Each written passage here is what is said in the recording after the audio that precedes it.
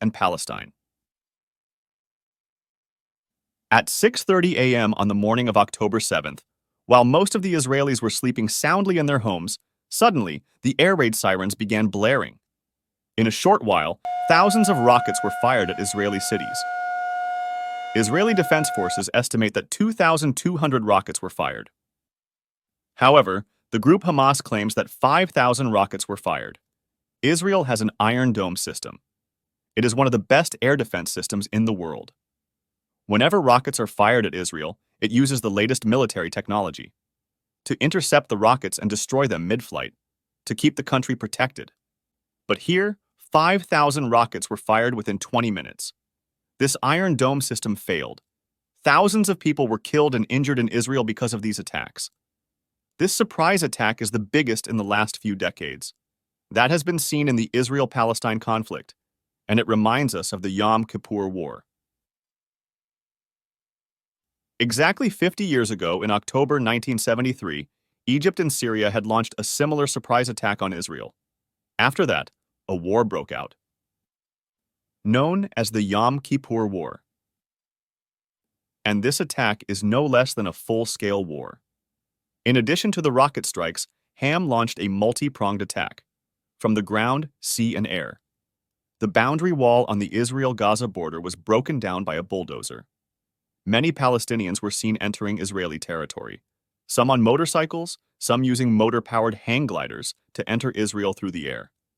Apart from this, Hamas also attacked Israel from the sea using speedboats. Many events took place within a day. A military base on the Israel-Gaza border was also attacked. An Israeli tank was captured. Many Israeli soldiers were captured and held hostages by the Ham group. And the Israeli villages and cities on the border were infiltrated by armed terrorists of Hamas. Many innocent civilians have been killed here. Many are being held as hostages, and Israel has declared a state of war in response. The Israeli military carried out airstrikes in Gaza, in which thousands of Palestinians were killed or injured. Let's take a look at the map to understand the context of this situation. Israel and Palestine are located in the Middle East. In the north is the country of Lebanon. In the northeast, there is Syria. In the east, there is Jordan. In the southwest, there is Egypt. And in the west is the Mediterranean Sea. If you zoom in on both countries, the area in the middle is the country of Israel, and the territories of Palestine are divided into two parts. One is the region of the West Bank, which is in the west of Jordan, and the other is the Gaza Strip, which is in the southwest of Israel, and borders Egypt. There are many Israeli settlements in the Palestinian territory of the West Bank. They are under Israel's control and are considered illegal by the United Nations and many other countries. The Palestinian territories in the West Bank are administered by Palestinian authorities under the control of Fatah, a political party. On the other hand, the Gaza Strip is controlled independently by Hamas. There has been a separate conflict between Fatah and Hamas historically. Hamas is an extremist Palestinian organization, which is considered a terrorist organization by most countries. Canada, the European Union, Israel, Japan, Australia, the USA, and the UK designate Hamas as a terrorist organization. On the other hand, it is not considered a terrorist organization by Brazil, China, Egypt, Iran, Norway, Qatar, Russia, Syria, and Turkey. There are also some countries that consider only Hamas' military wing as a terrorist organization, like New Zealand and Paraguay. This is geopolitically relevant because you will see how differently these countries are reacting to the current situation. Hamas' military commander Mohammed al-Daif has named this attack Operation Al-Aqsa Flood. And he said that Hamas is doing this because Israel has committed atrocities against the Palestinians, and that this is specifically a response of what happened in Al-Aqsa Mosque. Israel launched its own attack in response, which was named Operation Iron Swords. Israeli Defense Forces, also known as IDF in short, have deployed their Navy, Air Force, and ground forces. Along with that, they launched drone strikes in Gaza. Israel's energy minister signed an order to cut the electricity supply in Gaza.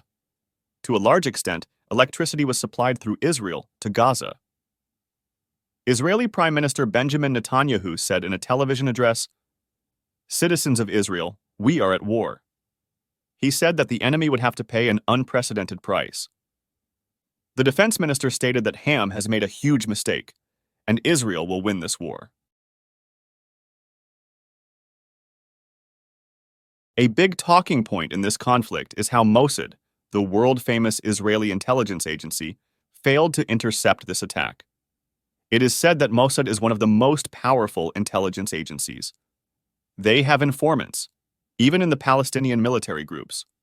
They are in Lebanon, Syria, and in different parts of the world. In the past, it has been seen that Mossad agents have carried out precise timed as underscore inations of major military leaders. Sometimes by placing GPS trackers on vehicles, sometimes by using drone strikes, or sometimes by using mobile phones. And now, coming back to Mossad, the question is, despite being such a powerful agency, how did they not know that thousands of rockets were being stockpiled in Gaza? The fencing on the Gaza-Israel border has cameras, ground motion sensors, and regular army patrols are carried out there. Why did these smart barriers fail? Domestically, the Israeli government is facing a lot of criticism. The former head of the Israeli Navy told the Israeli TV channel, Channel 12, that this is a huge failure on the part of the government. The entire country is asking about the whereabouts of the IDF, police, and security. He told the BBC that a major investigation has already begun regarding this intelligence failure. Look at this article from the Times of Israel. According to it, Egypt's intelligence officials had warned Israel repeatedly that something major was about to happen. And allegedly, those warnings were ignored. On the other hand, talking about international reactions, American President Joe Biden condemned this attack and said that he shows rock-solid and unwavering support in favor of Israel. The foreign policy chief of the European Union also said that he strongly condemns this attack and says that according to international law, Israel has the right to defend itself. They said that Israeli hostages should be released immediately. Iran, which has been one of the main supporters of Hamas, their foreign ministry said that the attack by Hamas was an act of self-defense by the Palestinians. The foreign ministry of the neighboring country, Egypt, said that it is talking to Saudi Arabia and Jordan in an attempt to defuse the Israeli-Palestinian tensions. The Palestinian president, Mahmoud Abbas, told the official news agency, Wafa, that the Palestinians have the right to protect themselves against the settlers and foreign troops. As I said, he is from the Fatah party, which governs the West Bank. And historically, there have been conflicts between Fatah and Hamas. It is very shameful that some people see them as freedom fighters. It is true that there has been injustice against the common people in Palestine. But calling the common people in Israel, such tyranny can never be justified. Ham is a designated terrorist organization, and Israel is a powerful country with a proper democratic government. This is why Israel should use its powers responsibly. Some community members are very offended by such statements. On one hand, there are people who want the complete eradication of Palestine.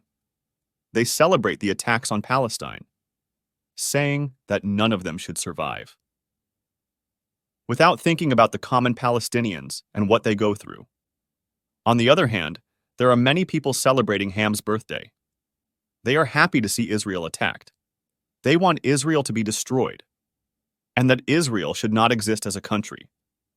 When you come across such comments on social media, remember that you are a human being, not a vampire thirsty for blood. Warmongering is very easy when you're sitting far away. But think about it. If you were in the midst of this war, think about what ordinary Israeli and Palestinian families are going through. For life to come to a halt, and to live in fear that a rocket might hit your building at any moment.